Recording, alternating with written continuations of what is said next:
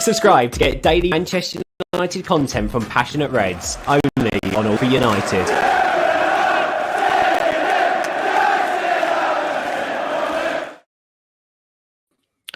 Hello, good evening, and welcome to All for United's post-match reaction to that draw against Leicester City. I think there's quite a bit of disappointment floating around the fan base and on this stream tonight, but let's see what these lads have got to say about it. I'm your host, Simon. I've got Grant with me, who I'm sure you all know very well. We got Reese, who did the preview with us the other night, so let's see if we can see if we've got anything right about that game. We've also got Marcus with us, and just joining now is Kai. How are you doing, Kai? You all right? Good. How's it going, mate? I think it could be better, but yeah, let's press on. Grant, we've all been talking about the game before we came on there. You had some strong thoughts. Is that the top four done? Do we even care at this point? I think there was a bit of despondency in your voice when I first jumped on.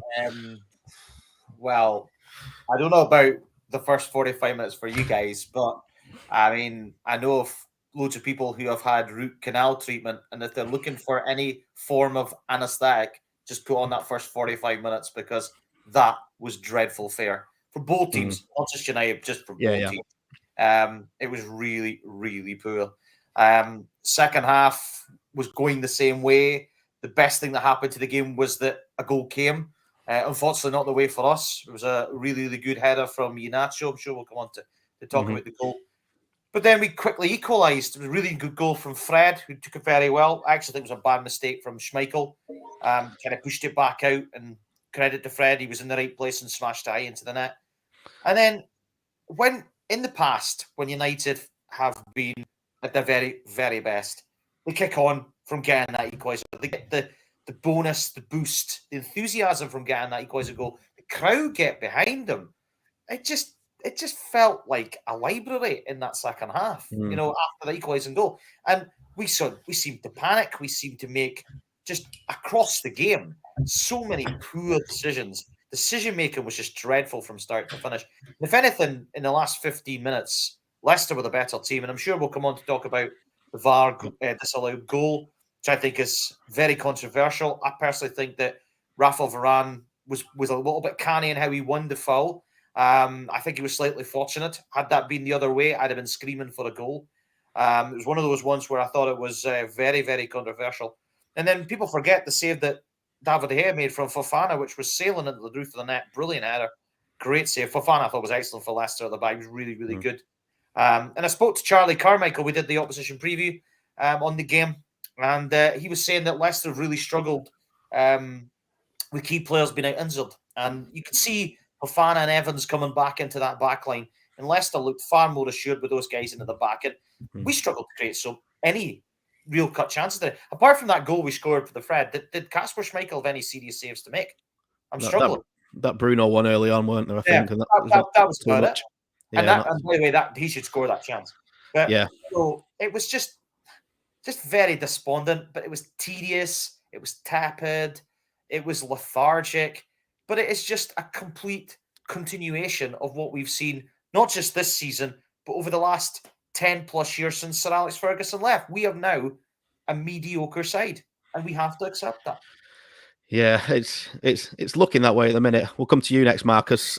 Why did it take so long for the game to kick in? I mean, like Graham alluded to there, I mean, both sides started slowly, but of the second half, you would argue that was where the most action was, but it was mostly for Leicester. United were kind of playing like there was nothing particularly on the line. I know we don't want to be chasing top four as their be all and end all, but the fact is that kind of matters, doesn't it? And they didn't play with any real purpose, at least until Leicester scored, really. Yeah.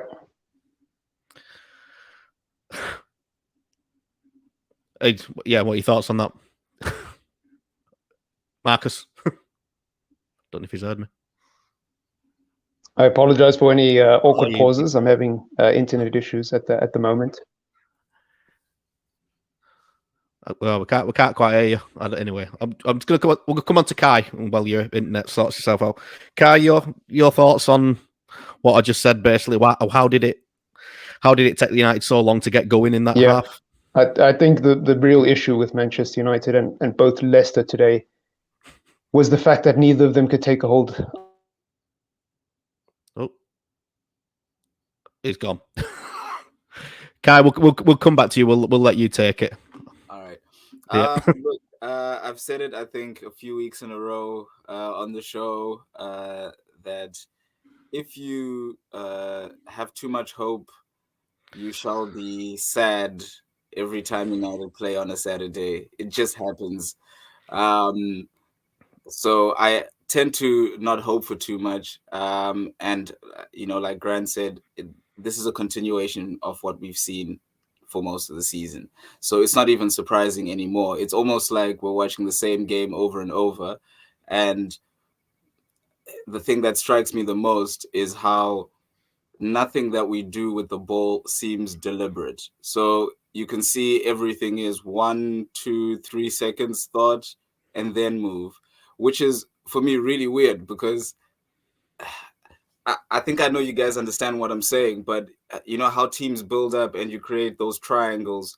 They're very deliberate. You know that this guy moves to this side because he's going to move to that side, and then you play to this guy. And then if you're going to switch the ball, like what Liverpool do very well, it's very deliberate. They move you to one side. Pep does the same thing. They move you to one side with the intention of creating space on the other side. So they then move it to the other side, not just freestyle. Okay, Maguire has it now. Then you can actually see him thinking. That's the funny thing. And half the time, he normally hesitates to then continue to do the same thing he was going to do anyways. But then now the person he's passing to is now under pressure. So it just makes no sense. Everything is always so counterproductive that they're doing. And then that's where you find then Bruno starts to do his own thing, where he then just wants to, play the final pass, force it the whole time. And then no one can keep up with that as well because Bruno looks like the fittest guy in the team. So, and sometimes I watch the games and I'm like, well, are these guys really fit? Like Premier League level fit? Like, let's be honest to each other. Like, they're all gassing out so soon. Is this normal for a Premier League team? Like, for real? Like, I'm not sure I've seen this before. I mean, Liverpool, you can't beat them properly because for 90 minutes they're still running. But I don't know if they have some sort of DNA difference to players at Manchester United. And Ralph Rangnick is a guy who likes people who run a lot. So what is happening there? There was a time we thought they were fit, and now it seems like everyone is gassing, everyone's getting injured so quickly in the game. We can only talk of 15 minutes of dominance in each game that we analyze. How is that possible? For me, I just don't get it. I don't know if it's mental, but you can't run out of gas so easily. But anyways, that's my thoughts about this game. And yeah, I don't know, that just covers what I think about this team generally. Yeah, and every game from the sounds of it. Yeah, I don't know. Yeah.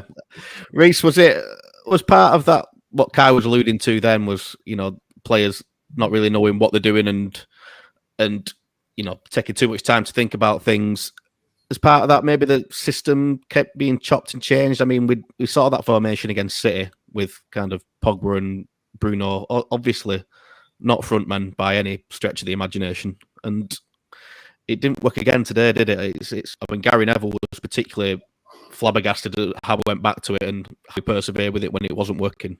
Is that part of the issue, or is it just another one of the many? I think from seeing the other guys, and I'm speaking for you a little bit, Grant and Kai a little bit, but it's difficult to break down, isn't it? And I think the reason it is because we're sat here now at the end of a season, really seeing the same performance. We went into that Leicester game, let's be honest with each other now, that we kind of didn't have any hope, did we really? That we were going to put in a solid performance and win that game 2-3-0. We felt a little bit apprehensive. There was going to be something that wasn't going to go right. And the performance went that way. And I've been at Old Trafford this season. Wolves was the prime example. I was there, saw that game, got beat 1-0, demoralising performance.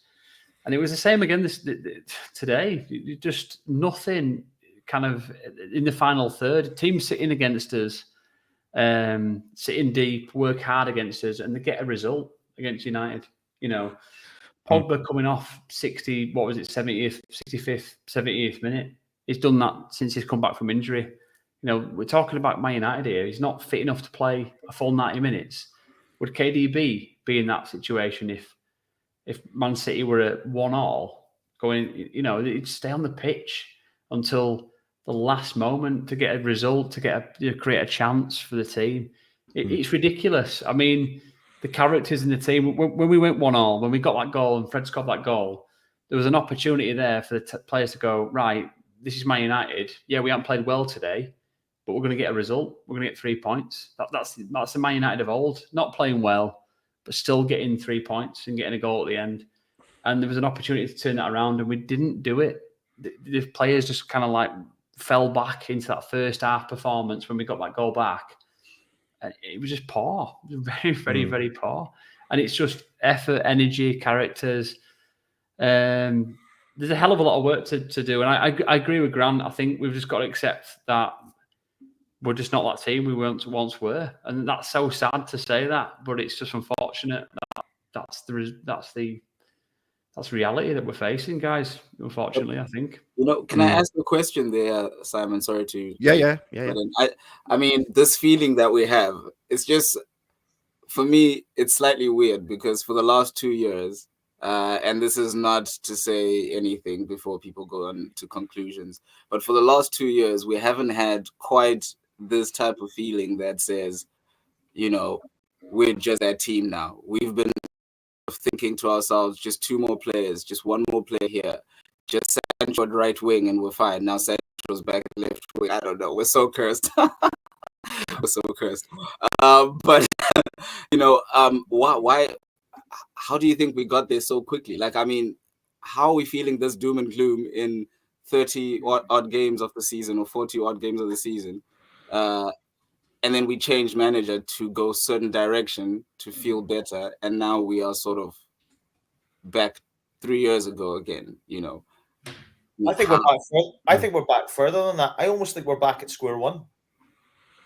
I think this feeling that we've had, though, let's be honest with each other here, that this is not just 30 games. This is last season. This is the season before. This has gone on for. I think it's longer than that. I think it goes back to when Sir Alex left. I genuinely think we've gone back to square one. There's no identity in this team.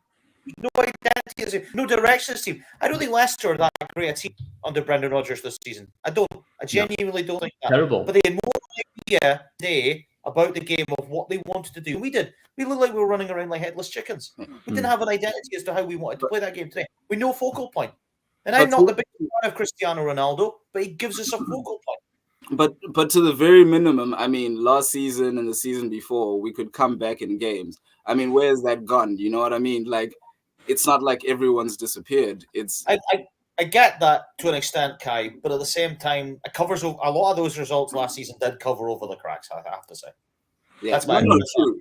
Yeah, true. But I mean, that badly, it's really crumbled, to a certain extent, like we're saying. But anyways, yeah, Simon, sorry. No, you're right. Can I just check in with Marcus and see if can you hear me now? Are you good? He said he was lagging quite badly on the chat thing. I'm going to see how much of a lag there is. It's really quite a big one, it seems. Yeah, well, we'll leave it for Marcus for now. I've lost my train of thought now. Oh, that's where we're going to come to. Grant, my question for you basically is: can you tell that this team's had 3 managers this season? Because I would say that you can. They just look so confused about what they're doing. They just don't look like a Rangnick side at all, do they? We just don't look anything. Like there's just no identity, Simon. I mean, no. You're saying that it looks like a team that's had 3 managers. It looks like a team that has no connections, no identity. There's no joined up thinking.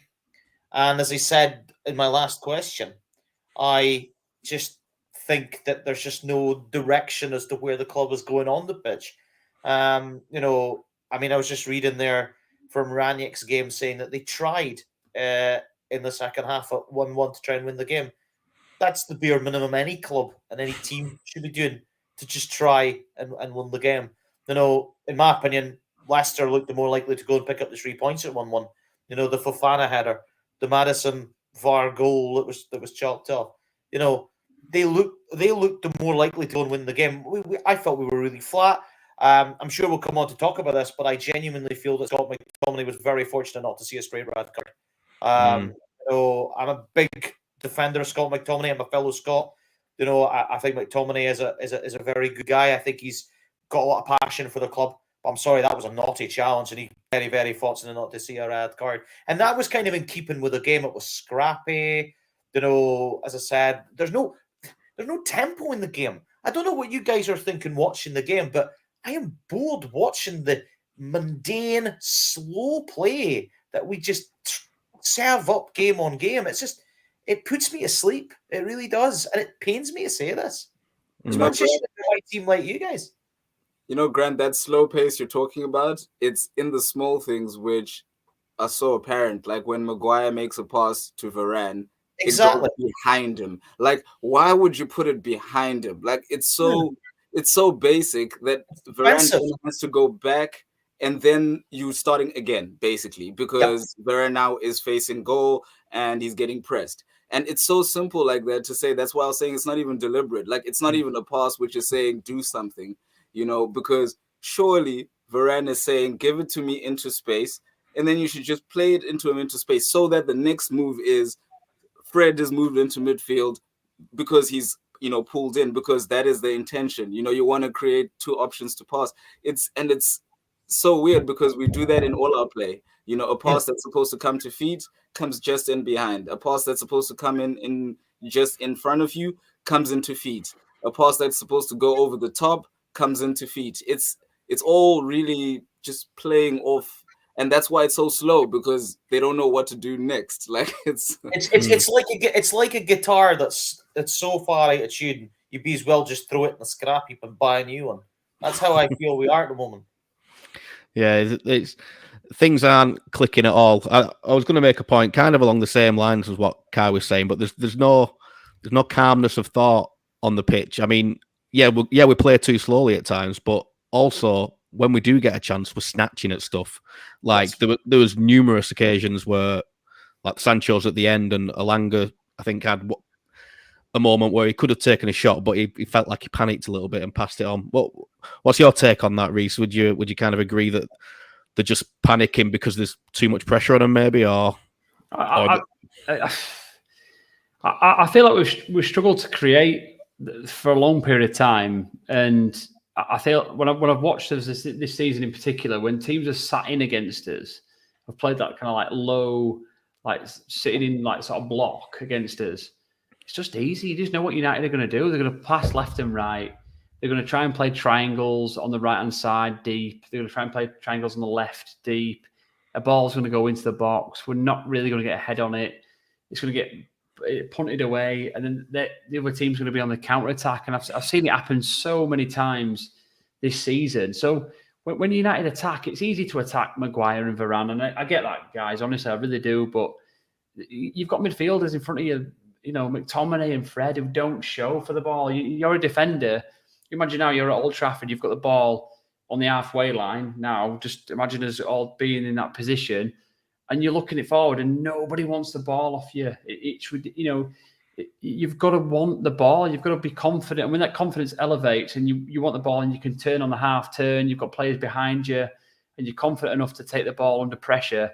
That's where we want Pogba to be coming to his own, because Pogba's got that in his game, but then he'll do it sometimes and not other times. He's kind of playing at that level pace. But I've seen it so many times where everybody's just a little bit nervous to get the ball. It's almost like we're the England team.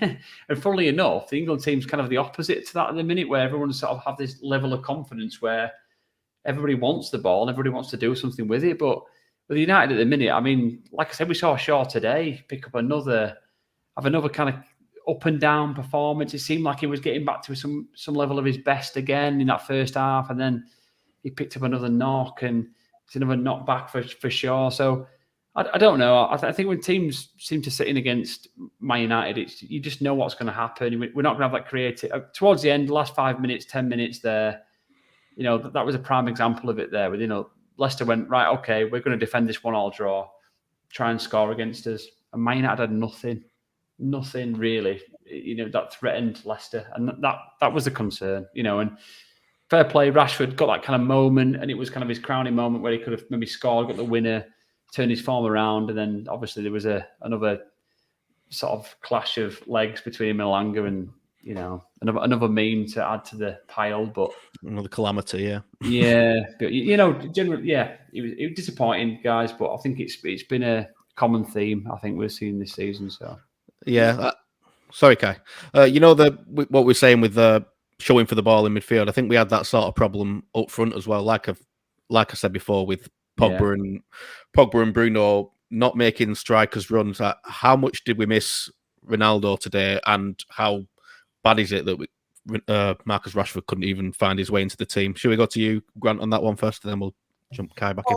This is the thing. When I saw the team, I was like, how are we going to set up here? Because this goes back to this lack of identity that we have. United without Ronaldo, without a Cavani that just simply has not consistently been fit for us, and I still can't understand why he's kind of still at the club, to be fair. We've got Rashford, who is just completely lacking in confidence, but it just didn't seem to me to understand what United was. It was almost like, to quote a famous Scottish manager for all the wrong reasons, Craig Levein. It was a 4-6-0 we were playing today. We were playing without a striker, and for a club of Manchester United stature to not be playing without a number 9 or a kind of secondary striker, if you like, it's embarrassing, especially at home. I mean, what were we trying to do? Were we trying to sort of mimic Manchester City in the way they play? Manchester City have got the players that can play that sort of position. Like, they can play Jesus through the middle. They can play Sterling through the middle. They can try and even play Mahrez through the middle if they wanted to. We don't have that. Fernandes is not a number 9. Pogba's not a number 9. Sancho and Elanga are certainly not number 9. So they get to come in from the side. Rashford's not a number 9.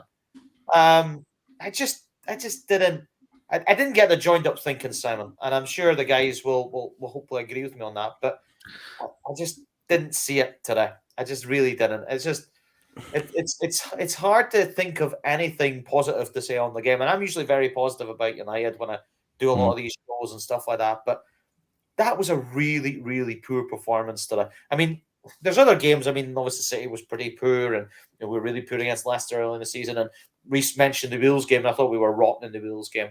But today we were up against, I think, a really poor Leicester team. A Leicester team that, quite frankly, have a big eye on the Europa Conference League against PSV Eindhoven. Their goal now is that competition. They're not going to get European football via the league. Their route is winning the Conference League. They have 2 very tough ties against Eindhoven, by the way, and it kind of showed at times that they had that in the back of their mind. The fact of the matter is, they still had more than enough there to get a draw out that game without playing well. I mean, to quote a man, right? It's like watching a tennis match where both players are really struggling to get their first serve, and they're maybe getting the odd kind of result off a second serve, maybe a wee flick off on that court here and there. It's just a really scrappy game, and the way it's decided is by who makes the least mistakes. And unfortunately, United are making too many of them right now. And yes, we're going to draw out the game, but I wouldn't be accepting that. This is the problem with the club. We're accepting mediocrity now, and I just don't think that's good enough.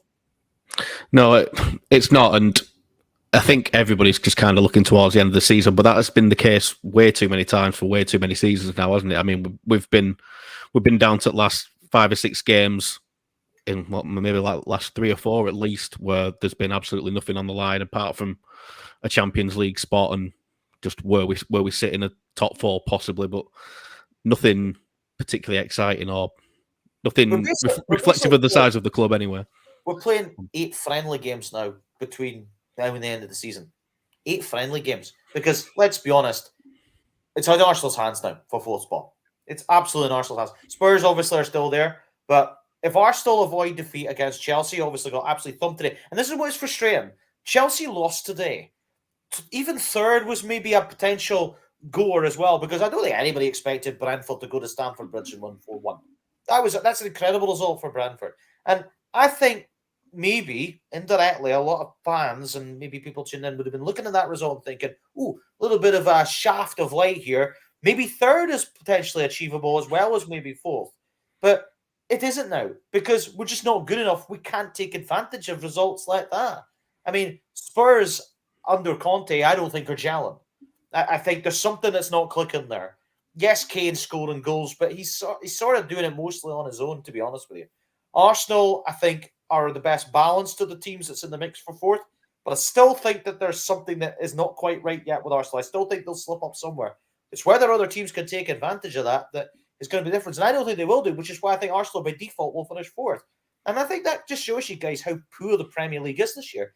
Manchester City and Liverpool are miles ahead of everybody else. And that, as a United fan, has got to be not just annoying, but galling. Yeah, certainly. Back to the Rashford point, because we've had a comment there saying that Rashford doesn't even deserve his place on the bench because he's been that poor all season. He's been called lazy by John in the comments, arguing that it should be given to the place should be given to one of the younger lads in the academy. I mean, I thought he improved the game today, whether he did anything of actual real note, but having a focal point at least to run in behind improved things slightly. And our better moments actually came with him on the pitch. And he, aside from the cock up at the end with Alanga, you know, he could have actually stole it at the end there, Kai. Did you think there's any merit to that?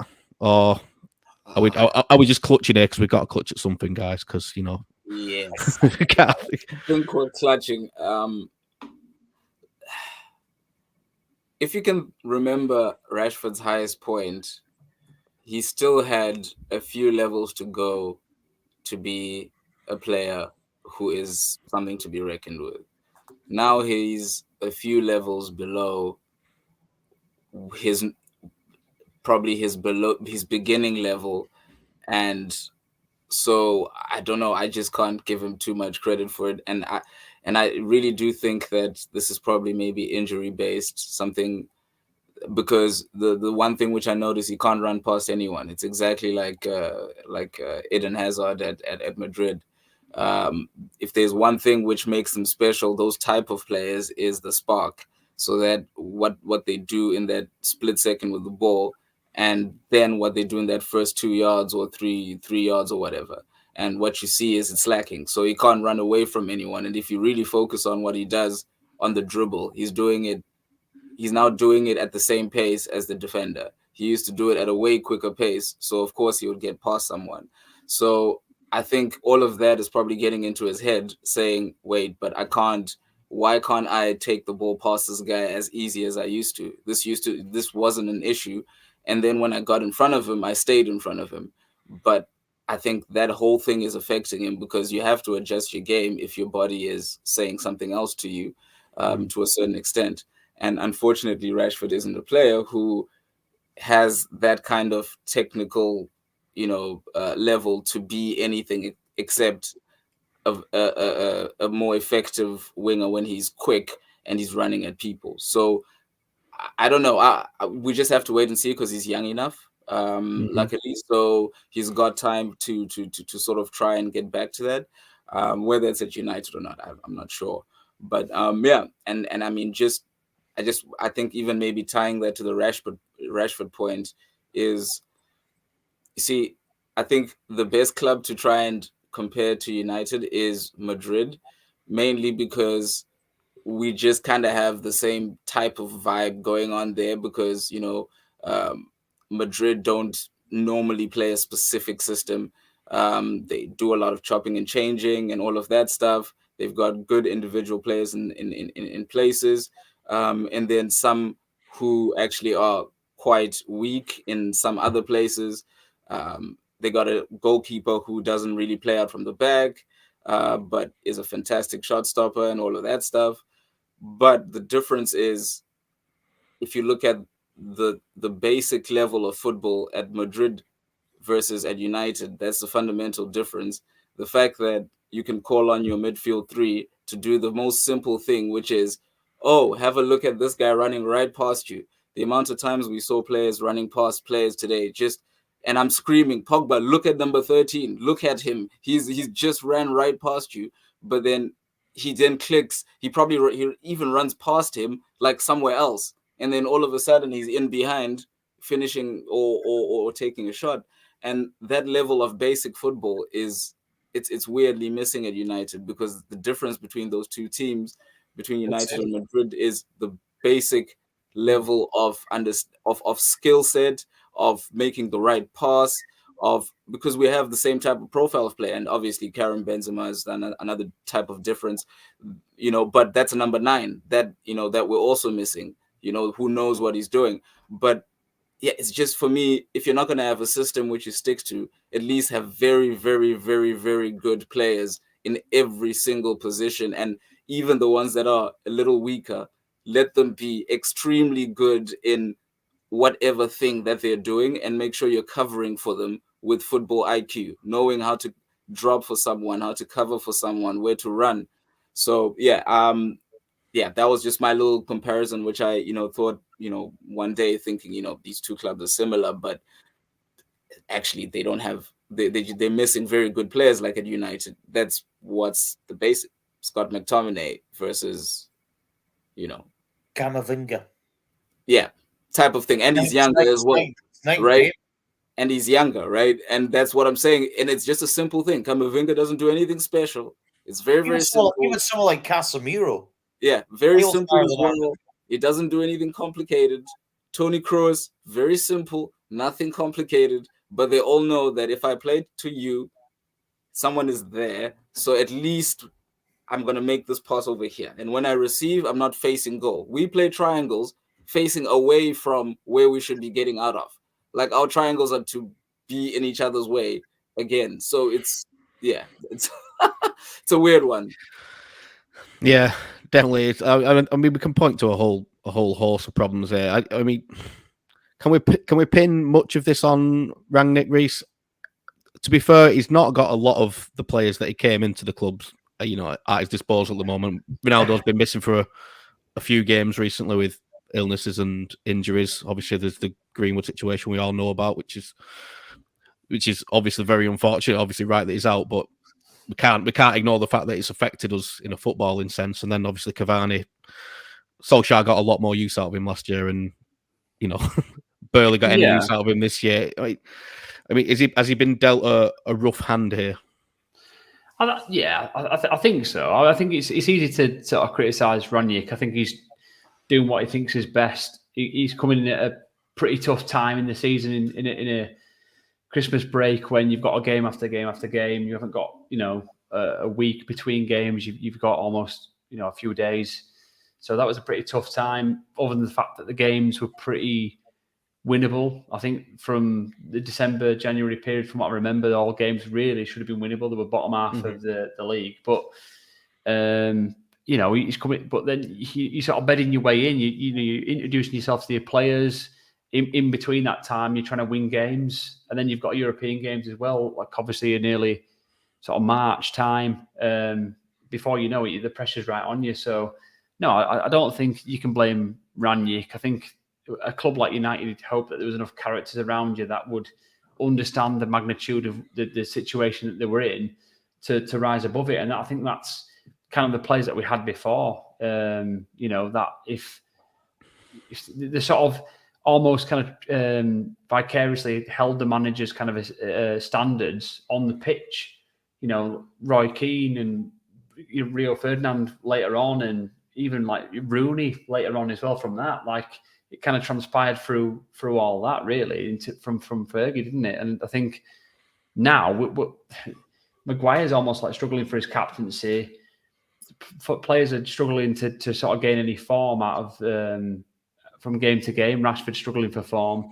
So to blame Rangnick for all that would be a little bit naive. I think these are issues that have gone on for, like Grant said, for many years, and it's coming to a head, guys. Not to look behind the starting 11 in the club, but like if you start doing that and looking at the sort of the Glaziers and all that kind of stuff as well, we've got other issues there, and it does come to a head when you play games like this where you're kind of expecting results and they don't come. But I don't know. Like I say, it's just frustrating to to see another sort of bleak performance and bleak characters. Really, that's kind of what it was for me. I mean, like I say, I said it earlier on that when we went 1-1 in that game, you expect Man United to kind of push on from there and get the second and really be a Man United that you would expect. Like, we've not played well.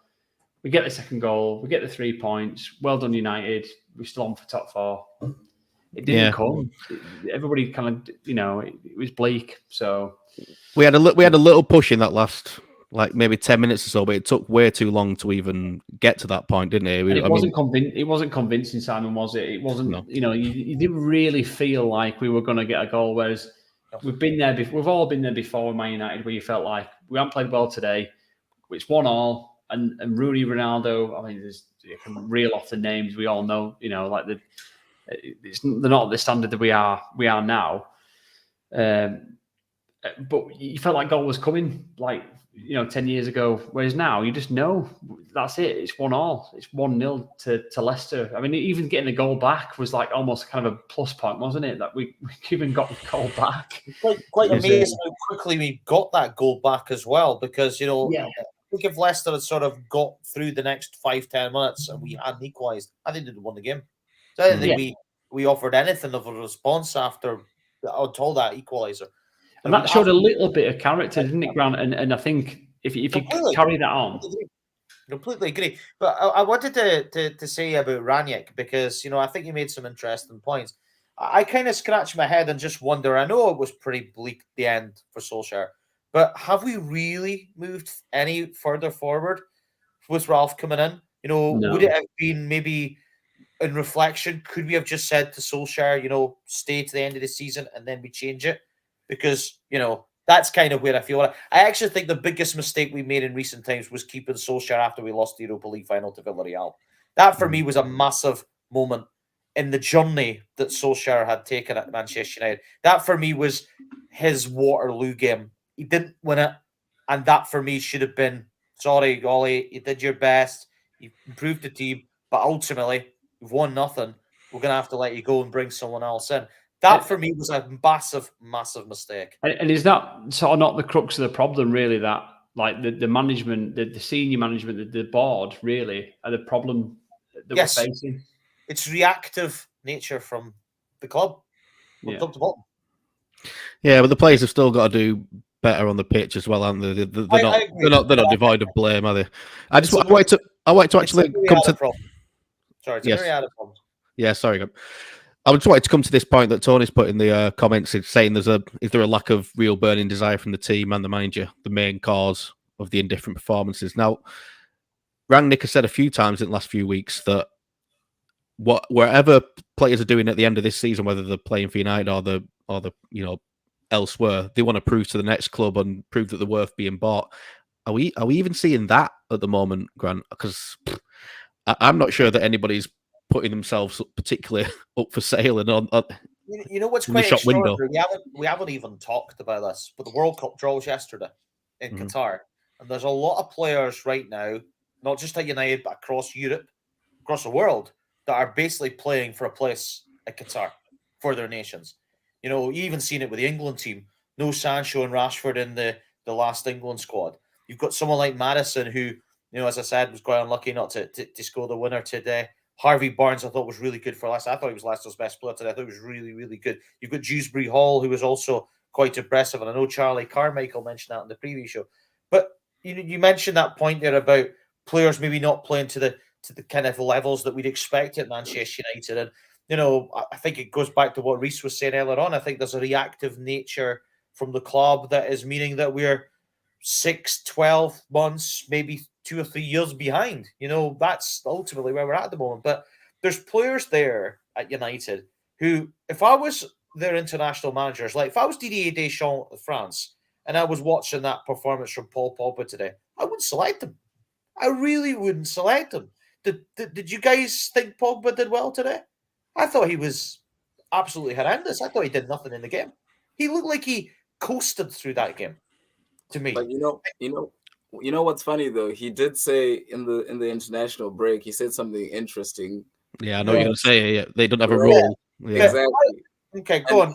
Yeah, about the role issue, right? That when he's in France, that his role is pretty much cemented and he pretty much plays it with his eyes closed. And on top of that, one thing that people don't understand is at France, Pogba can pretty much cook a pass how he wants because the man that's receiving the pass is getting to it anyhow, no matter what you do. So as much as and that same man, Mbappe, is very smart to do exactly this. And at United as well, you've got runners who don't create that much width and that much space and are that explosive. So it's not the same as well. And that whole international game is different because it's not as organized attacking wise. So a lot of individuals actually play really well in this kind of game. But I just think at United, like you saw today, he was just told, because to be honest, he's probably one of the smarter tactical players we have, because he can pretty much play any midfield position to a certain level of degree, whether people think it's elite or not. I mean, he can't do everything elite, but it's weird if you have your best technical player. And when I say technical, I mean, if you look at his general basics are way higher than everyone else in the team, and you have this guy and you can't even use him as the central figure. And it also has to do with, I think, the attitude, like we're talking about. But the attitude also isn't only, I think, what people don't realize, it's not only negative from the point of view which says he doesn't want to play or anything like that, but it's also all these other things, such as I have to play a random position, I'm being told to do this other thing, while a young player like Elanga knows his role and is playing the same position. So I agree. It's a whole mixture of those things. It And is. this is not even to say you have to defend him, but I think this is Pogba is one of the biggest proofs or something like that. I don't know if you guys get me, but of the fact that as a club, we did nothing in the last 10 years in terms of going here or here, because you put a player like him and he couldn't do, and you didn't do anything around him. You didn't decide to play to buy guys who can run off him. You didn't decide to play guys who can defend in midfield with him. You just bought, and then you said go, and then you thought Zlatan and Pogba are gonna do everything for the next 10 years or 7 years or something. So I think that's part of the problem, that you didn't even prepare to have a player like that. And then, as well as that, you expected him to be everything. And then all of the United players hid behind all the media criticism. I mean, to be honest, Pogba wasn't playing by himself for so many years, but everyone hid. Everyone was prepared to allow him to take everything, all of the players in that whole period of time. So it's, for me, he's the biggest, symbol of what's wrong with United for the last few years. And it's not all to say it's a character thing about him, but it's just the whole situation around it. I mean, you mentioned Elanga there, Kai. I mean, I think Elanga. We all have said Elanga's been a bit of a bright spot since he's come into the team. I actually thought it was one of his poorest games today. In my opinion, I thought he was trying to do too much. I understand why he was trying to do quite a lot of what he was doing, but he seemed to choose the wrong option pretty much 75-80% of the time. And I think we're putting a bit of pressure on our younger players to really deliver. There's experienced players in that team, and I mentioned Pogba there. Got to be doing better. Got to be doing better. I mean, I personally thought Fernandes didn't quite get there today. I thought he looked a little bit leggy after his recent trials, obviously with Portugal getting them to the World Cup via that playoff against Macedonia. I think it showed. I felt Maguire mentally off the back of what happened in the England game, and I can only talk this. I didn't actually see the England game, but obviously all the aftermath that's kind of happened with that, I do think it affected him. Thought he did okay today, but I don't think he was outstanding. Shaw, for me, I know he went off and he had the injury, but even the early bookings just sort of symbolised his game from the team he was on the pitch. He's a guy for me who just hasn't cut it for me. And there's other guys in the team that like De Gea's obviously not playing internationally, but there's guys in the team that they're just so badly out of form. They're just so badly out of form. And yes, Ronaldo wasn't playing today, but you could tell watching that game that Ronaldo has this aura about him that should help the players to improve and, step up to his levels. Now, when Ronaldo's not there, somebody's got to step up and take responsibility. And nobody is. I mean, there's so many points that I kind of want to touch upon there, and I agree with both of you, really. I mean, just in terms of the Pogba one, I don't necessarily want to say that Pogba's at fault. I think he's at fault personally. I don't think he's at fault generally, like for things. But I think with Pogba, I've always had this issue. Obviously, he's an unbelievable player in terms of his technical ability, which Kai's touched upon there. And that's kind of why I think we all look at him and go and put criticism on him, because we know he's got it in his locker to do something in the game. And when you look at, like, I compare him similarly to like Yaya Toure back in the day when, Yaya Toure had that season with City where he dragged City over the line. And that's what you want. Like today, there was somebody in that team that needed to just be a little bit better than everybody else in that team, who had a bit more quality than somebody else to drag it over the line. Power and oomph. Just a bit of quality, world-class quality difference that would drag us over. And that could have been Pogba, but Pogba doesn't want that. Pogba doesn't want to be that player. Pogba wants to be that teammate of Mbappe, that teammate of Ibrahimovic, that teammate of Ronaldo. He wants to be that second, third man to a good team. It's easy to go, we're going to stick Pogba in a very, very world-class French team. Yeah, I mean, that he's a very, very good player, but does Pogba want to be the best player in a good team? He doesn't want it. He's had plenty of opportunities to be that player over the years, and he's not wanted it. And today was another example of, does Pogba want to drag Man United over the line, get a 2-1 win, and take 3 points away? Pogba doesn't want to do that. Pogba wants to play to Pogba's style, to Pogba's pace, and wants to he expects somebody else to do that job for him. I mean, let's be honest, like Ronaldo scored that hat-trick against Spurs, that third goal, that header was, let's be honest, it was a classic, almost Shearer header. It was grit, it was determination. It was like, I'm going to score this goal. He's glued to that ball. Unbelievable, yeah. And you watch that ball come across today. I think it came across in the last 5 minutes. Rashford sort of, I don't know if you saw it, it kind of bounced right in front of him and it went to Alanga. Ronaldo's in that position. He's almost hungry to get that ball. It's that desire, and that's just what we completely lack in this team. And it goes through. Pogba's an example of it. He's an easy example because, like I said before, technically we look at him and go, "You should be the person that drags us over the line," and he doesn't want to be that player.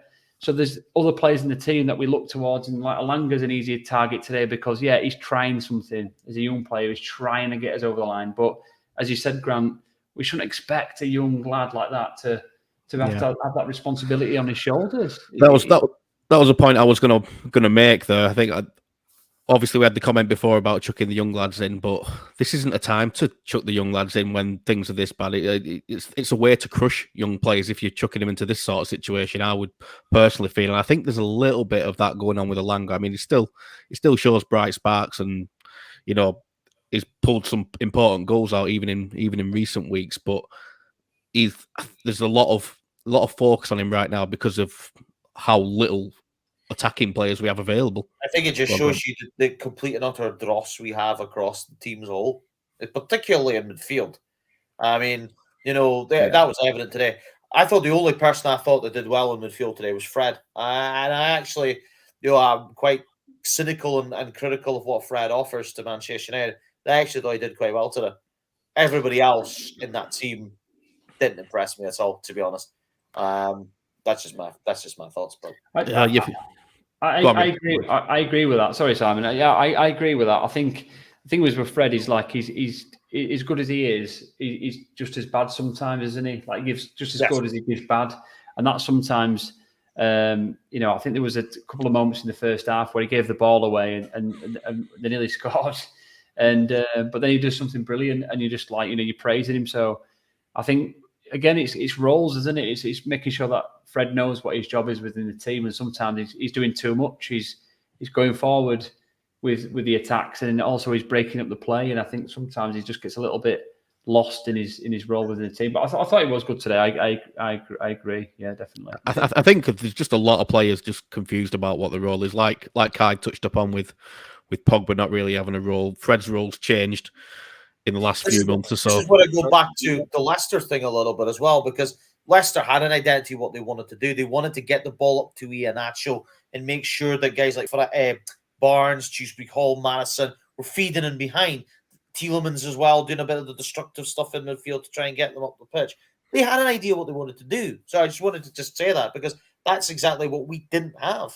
Well, that's what we thought we were getting with Rangnick as well, though. But you don't see any of that sort of style that we were told about before he came in that we were all really excited about. Go on, Kai, you've got something to say. Sorry, Kai. I just wanted to say, like, even what Leicester did was also pretty basic. Like, it was.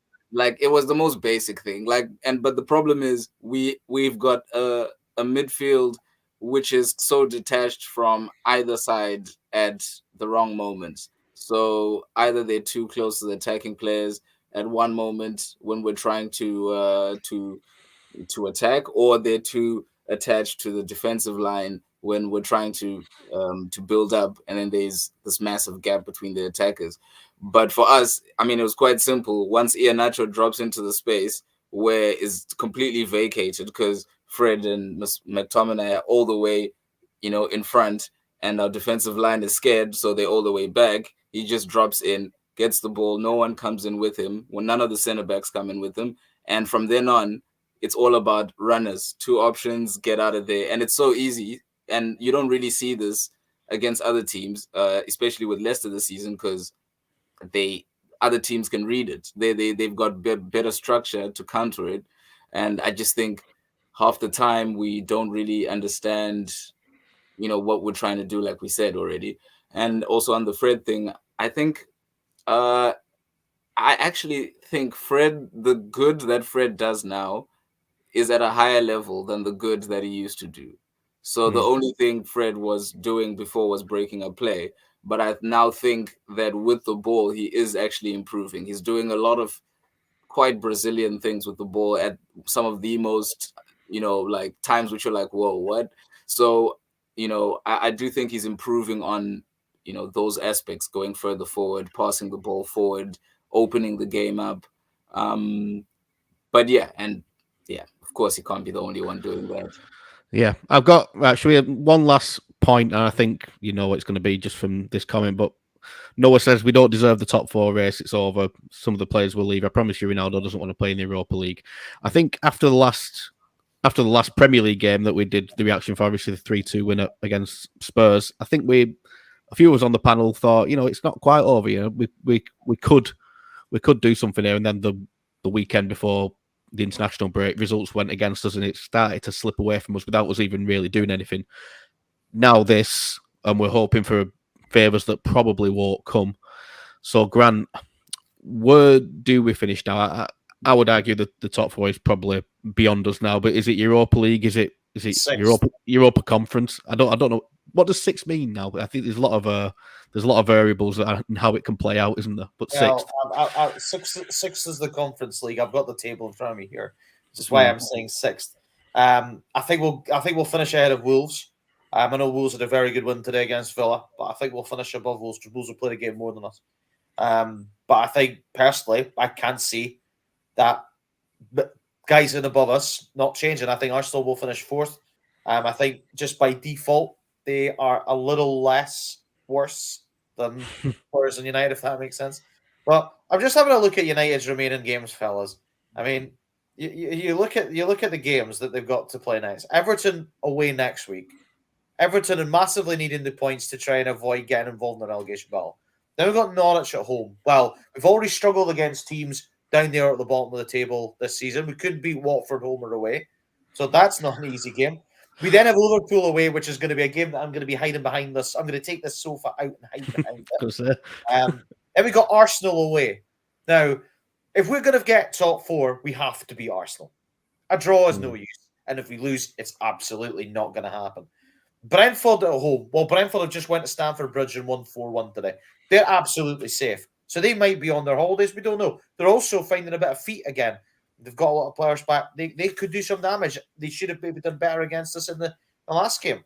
So you just don't know with that one. Brighton, I actually think Brighton's probably, with all due respect to Brighton fans maybe watching this tonight, I actually think it's maybe one of our easier games because Brighton just can't score for Toffee right now, even though we are away from home.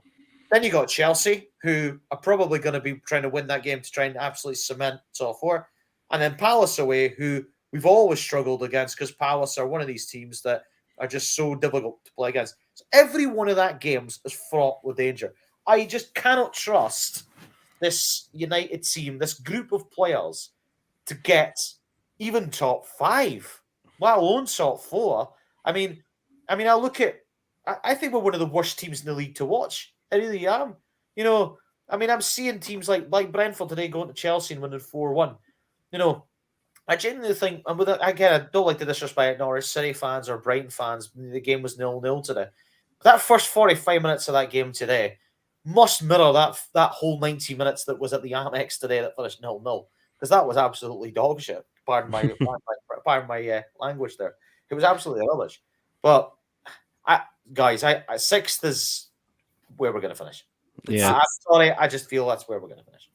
Go on, Reece, your thoughts. I can't remember how confident you were feeling after that Tottenham game, and if you thought top 4 was still doable, or if you were sceptical or not. But how are you feeling now in the cold light of day? I think Head was telling me it wasn't on. I think Hart was telling me it was always possible. But yeah, I mean, looking at the games, I think Grant's right. Good assessment, really. Going through all those games, obviously Liverpool got everything to play for. Liverpool, Arsenal, sort of back to back. That they're the 2 crunch games, aren't they? Really, assuming that we get results out of the Everton and Norwich games. You can't assume. Put it this way, right? If Arsenal don't lose to Spurs and us, they will finish 4th. And I'll be honest, I watched them against Liverpool, and it's not, obviously the focus is Man United and on this channel, but I watched them against Liverpool, and they were brilliant. And I know they lost that game 2-0, but they were good. And I think Liverpool just unfortunately had that better quality in that final third that kind of put them in that position. But no, I think when you look at, it's surprising to see that West Ham are so far down there, because even West Ham, you've said it is this, Grant, haven't you? Like we look the worst team to watch in the league. Even West Ham, who were below us, a nicer team to watch. Even I like watching Brighton. Brighton are a good team. I know they don't score many goals, but they're a good team to watch. And I don't know. For me, I'll always believe that we'll get it. I think I'll always believe that we'll get that. With that Fergie time will always be there, no matter whether it's in a game or whether it's to the end of the season. I'll always believe that we'll do it. Do I honestly believe it? Not this season. I think there's just something we don't deserve it. I think that's ultimately the issue. We don't deserve it. We haven't played well enough, and I think the fact that we're even in 6th place at the minute and have a chance of getting top 4 is a little bit of a joke. And it goes back to what I said earlier on. Manchester City and Liverpool are so far ahead of the remaining teams in the league. They're comfortably ahead of Chelsea in 3rd. And, they're just in a different plan. I watched Liverpool today against Watford. I didn't think Liverpool played well today. I thought Watford were really competitive, and they made 2 pretty bad mistakes, which ultimately cost them the game. One of them being the penalty that was scored by Fabinho. But, they know how to win games like that when they're not at the very best. We don't. And that reminds you of who? Man United. Exactly. That was what we did. And not the current iteration though. I've got quite an amusing comment in the comments from Mike. Spaghetti would beat us, by the way. Yeah, that's a good side I've heard. Yeah, I'd rather finish 8th and avoid both the Europa League and the Conference League with Alphabetic Spaghetti FC. Yeah, I agree on the Conference League thing. I think if there's a way of forfeiting that, then sack that off. But Europa League's not the absolute worst. It's not great, but I could deal with that. But Kai, what's your thoughts? Your final thoughts on that? What's going to happen now? Have we got any chance? I'm sensing that it's a no. But look, because I'm very optimistic, and because I actually have no hope. So this is a little bit of an oxymoron. I'm not sure how to. I love you, man. I will say that United will finish in the top 4, and it will come right down to the wire. final day of the season, Bruno penalty. That's what will happen. But it's April the 2nd, not April the 1st, Kai. Come on. Listen, what I'm trying to say is I will not be disappointed if it doesn't happen because I have no hope. So I'm just going to then just try give myself this thing which says, look, if it happens, it'll be a fantastic image. Let it happen. But yeah, I sure hope we actually end up with 0 European football, absolutely nothing, 0, 0, 0, so that we can do an Arsenal. Because that's why Arsenal are busy walking these games, because Arteta's had 5,000 hours of training time on the pitch. Every single time we're doing something in Europe, Arteta's out there doing his thing, during the week. And I think half the reason was just, remember, Ragnick came in and it was recovery. And so, there's a whole lot in there. So I think it's best if we finish, I don't know, what is it? 9th? What gives you no confidence? I don't know. It depends who wins what, doesn't it? Who wins the Europa League and who wins the Champions League and who wins the FA Cup and etc. There's a few things, so we might have to slip down to like 9th, 10th to properly avoid it. Well, and for me, that's just mostly because I get the sense that Ragnick wants to clear house, because the way he speaks, we won't finish below 8th because there's an 11-point gap between Leicester and West Ham. Okay, Leicester's got 2 games in hand, but it's just ridiculous. Really. Nah, we're gonna be fine next season because everyone's gonna leave. They're being all told either you perform for the next club or don't. So I just want to see all of that happen. Mata say goodbye, send him to Betis. He can go, have a nice time. So yeah, I would like to see us finish a good position, which allows us to rebuild instead of Europa League and then play 50,000 games again and then have expectation to win it because we're United. Yeah, we're stuck between a rock and a hard place, aren't we? Where we need success, but we need some time as well. Yeah, I think we're going to leave it there anyway, fellas, because I think we've covered everything, and I'd want to go to bed like quite happy tonight and not completely depressed. So I think we'll leave it there. But sealed. Yeah, I think we'll leave it there. Thanks for your comments. Thanks everybody that's been watching. Remember to like, subscribe, and share, and hopefully we'll see you after a more positive game next time out. I can't remember, is it Everton next weekend? So it won't be me. So maybe I'm the bad luck charm. It'll be me. It'll be you. Hopefully you can bring us some good luck. So thanks to Grant, thanks to Kai, thanks to Reese, and we will see you next time, guys. Thank you very much.